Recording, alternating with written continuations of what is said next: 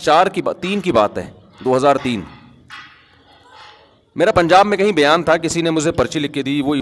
میرا 4 شادیوں کا کیا 2 کا بھی کوئی ارادہ نہیں تھا، کیونکہ میں سوسائٹی میں 2 والوں کو، میں نے چند لوگوں کو دیکھا جنہوں نے 2 کیے اور قربانی کے بکرے بنے ہوئے تھے نا وہ، تو میں نے اپنے قربانی کا بکرا بھی دیکھا تھا، ان کو بھی دیکھا تھا، تو مجھے بکرے پہ اتنا ترس نہیں آتا تھا جتنا ان پہ آتا تھا ان کی حالت جو میں نے دیکھی تھی۔ تو مجھے کسی نے پرچی دی کہ 2-4 شادیاں اسلام میں کیسی ہیں، تو میں نے کہا اسلام میں اس کی بہت ترغیب ہے، کرنی چاہیے۔ خواتین جو بیوہ طلاق یافتہ بیٹھی ہوئی ہیں اس کا واحد حل ہے، بلکہ ہمیں تو ان حکمتوں کے دیکھنے کی ضرورت ہی نہیں ہے، ہمارے لیے تو اتنی دلیل کافی ہے، لقد کان لکم فی رسول اللہ اسوۃ حسنہ، تمہارے لیے اللہ کے نبی کے عمل میں نمونہ ہے بہترین، تو پیغمبر کا عمل ہمارے لیے کافی ہے، بس ہمیں لاجک اور دلائل کی ضرورت نہیں ہے۔ ہمارے نبی نے ایک نہیں رکھی، ہمارے نبی نے بہت ساری بیویاں رکھی ہیں۔ اور یہ جو ٹوپی ڈرامہ دلیل دی جاتی ہے نا کہ حضرت خدیجہ کی موجودگی میں دوسری شادی نہیں کی، یہ انتہائی فضول دلیل ہے۔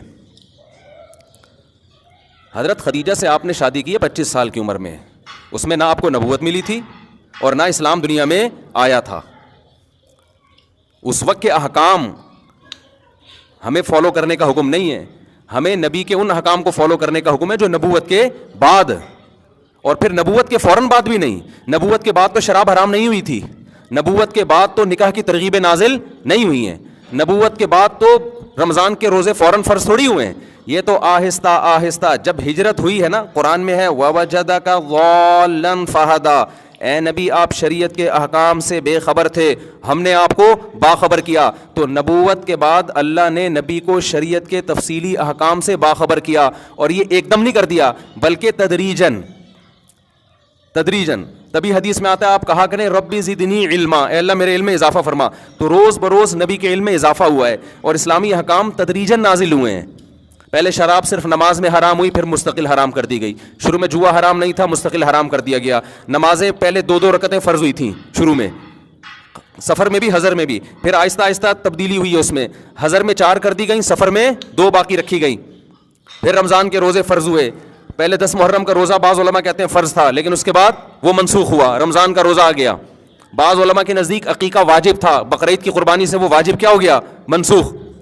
اضحیہ بقرعید کی قربانی مدینہ میں واجب ہوئی ہے۔ تو اسی طرح نکاح کے متعلق جو احکام ہے نا وہ ہجرت کے قریب نازل ہوئے ہیں، تو جب ہجرت کا وقت آیا یا ہجرت ہوئی ہے پھر نبی نے کثرت سے نکاح کیے ہیں، تو نبی کے اس عمل کو دیکھا جائے گا، پرانے عمل کو نہیں دیکھا جائے، ورنہ تو اس میں 25 سال میں آپ شادی کر رہے ہیں، جبکہ نبی نے ترغیب 15 سال میں شادی کی دی ہے۔ یا معاشر الشباب من استطاع منکم الباءۃ فلیتزوج، آپ نے فرمایا جو شباب یعنی ابتدائی شباب تو 15 سے شروع ہوتا ہے نا، جس میں استطاعت ہے، نان نفقہ اٹھا سکتا ہے یا رشتہ مل رہا ہے اس کو، تو 15 میں شادی کرے۔ اب کوئی کہے یا رسول اللہ آپ نے تو 25 میں کی ہے، نبی نے کیوں کی ہے؟ اس لیے کہ نبی صلی اللہ علیہ وسلم کے مزاج میں دنیا کی طرف رغبت نہیں تھی، تو آپ کی رغبت ہی نہیں تھی نہ عورت کی طرف نہ دنیا کی طرف، مزاجاً آپ صلی اللہ علیہ وسلم دنیا کی خواہشات سے دور تھے، پھر اللہ کے حکم پہ آپ نے کثرت سے نکاح کیے ہیں، اور یہ کثرت سے نکاح کرنا اس کی علامت ہے کہ لقد کان لکم فی رسول اللہ اسوۃ حسنہ، اللہ کے یعنی ہمارے لیے اسوہ حسنہ ہے اس میں، تو ہمیں کسی بیوہ طلاق یافتہ عورتوں کے دکھڑے بیان کرنے کی ضرورت نہیں ہے، یہ تو اسلام کی اچھائی ہے، حسن ہے کہ 1400 سال پہلے وہ حکم دیا جس کی ضرورت آج محسوس ہو رہی ہے، یہ تو اسلام کے آفاقی مذہب ہونے کی بہت بڑی علامت ہے۔ اور رہا مسئلہ کہ حضرت خدیجہ، بعض لوگ کہتے ہیں حضرت خدیجہ سے بہت محبت تھی اس لیے نہیں کی، تو حضرت عائشہ سے کیا کم محبت تھی؟ نہیں، یہی بات میرا خیال ہے۔ نبی سے پوچھا گیا سب سے زیادہ محبوب آپ کو کون ہے؟ آپ نے فرمایا عائشہ۔ صحابی نے پوچھا یا رسول اللہ مردوں میں؟ فرمایا ابوہا، عائشہ کا والد۔ حضرت خدیجہ کے اپنے فضائل ہیں، لیکن حضرت عائشہ کی فضیلت بھی کوئی کم نہیں ہے۔ ان کے بعد آپ نے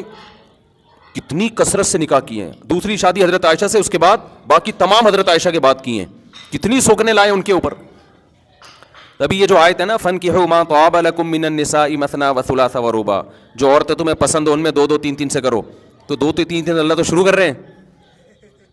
آگے اللہ میاں کہہ رہے ہیں وَإِنْ خِفْتُمْ، اگر تمہیں ڈر ہے کہ تم نہیں عدل کر سکتے پھر ایک ہے، تو اصل تو 2 3 ہے، مجبور لوگوں کے لیے کیا ہے؟ ایک ہے۔ اور اس میں عورت کا فائدہ ہے، خواتین میرے خلاف ہوتی ہیں کہ ہمارا بیڑا غرق کر رہا ہے، تمہارا بیڑا نہیں غرق کر رہا، آپ جیسی 20 عورتیں جن کا بیڑا غرق ہو چکا ہے ان کا بیڑا پار کرنے کے لیے یہ باتیں کر رہا ہوں۔ مرد تو قربانی کا بکرا بنتا ہے، مرد کو اس دن نہ دیکھا کرو جس دن اس کی ہو رہی ہے دوسری، اس دن دیکھو گے دھوکے میں آؤ گے، اس دن دیکھو گے ہاں nice to meet you, well done, اللہ مبارک کرے، میرے پاس تو آئے نا پٹھان دوست تھے ہمارے, بڑے لال سرخ ٹماٹر صحت مند آئے, اور میں نے نکاح پڑھایا اور مجھے انہوں نے بڑا مٹھائی کے ڈبے شبے وہ, میں نے کہا کیا کہہ رہے ہیں مجھ سے, میری دوسری شادی تھی, نائس ٹو میٹ یو. میں نے کہا اس طرح ماشی انڈی والا خا دے دیغت میں غد ندی کڑے. پھر میں نے کہا محترم یہ جو ابھی لال سرخ ٹماٹر کی طرح آپ کا چہرہ بنا ہوا ہے نا, یہ اس وقت تک ہے جب تک پکڑے نہیں جاتے. جس دن پکڑے گئے نا پھر میں دیکھوں گا پشاور اور کوئٹہ سب ایک طرف ہو جائے گا.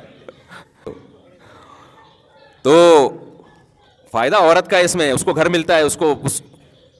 اس کو سلیکشن میں آسانی ہوتی ہے. وہ کسی ایسے دوسری والے سے تھوڑی کرے گی جو جس میں صلاحیت نہ ہو, کہے گی بھائی پھر میں نے جب دوسری بیوی بننا ہے تو پھر میں تجھ سے نہیں بنوں گی, پھر وہ فلاں مالدار ہے یا فلاں میں کوئی بڑی صلاحیت ہے, پھر میں اس کی زوجہ بنوں گی. ابھی ایک باصلاحیت آدمی پر ایک خاتون کا قبضہ ہو جاتا ہے اور باقیوں کو ایک ڈھنگ کا بھی نہیں مل رہا ہوتا. تو یہ کمپٹیشن جب شروع ہوگا نا,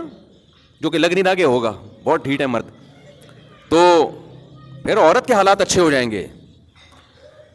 تو خیر مجھے پرچی دی کہ بھئی آپ بتائیں تعدد زوجات. حقیقت یہ تھی کہ میرے اندر ہمت نہیں تھی دوسری شادی کی, اور میرا کوئی ارادہ بھی نہیں تھا اس وقت, کیونکہ میں دیکھ چکا تھا جب ہمارے بعض حضرات میں جنہوں نے دوسری کی ان کے حالات کیا ہیں. تو میں نے پھر اس کے فضائل سنائے. میں نے کہا بھئی اسلام میں تو اصل حکم یہی ہے کہ ایک مرد زیادہ بیویاں رکھے اور ان کے حقوق بھی ادا کرے, اصل حکم یہی ہے. تو کسی نے کہا پھر آپ کیوں نہیں کرتے؟ میں نے کہا میرے میں تپڑ نہیں ہے بھائی, سیدھی سی بات.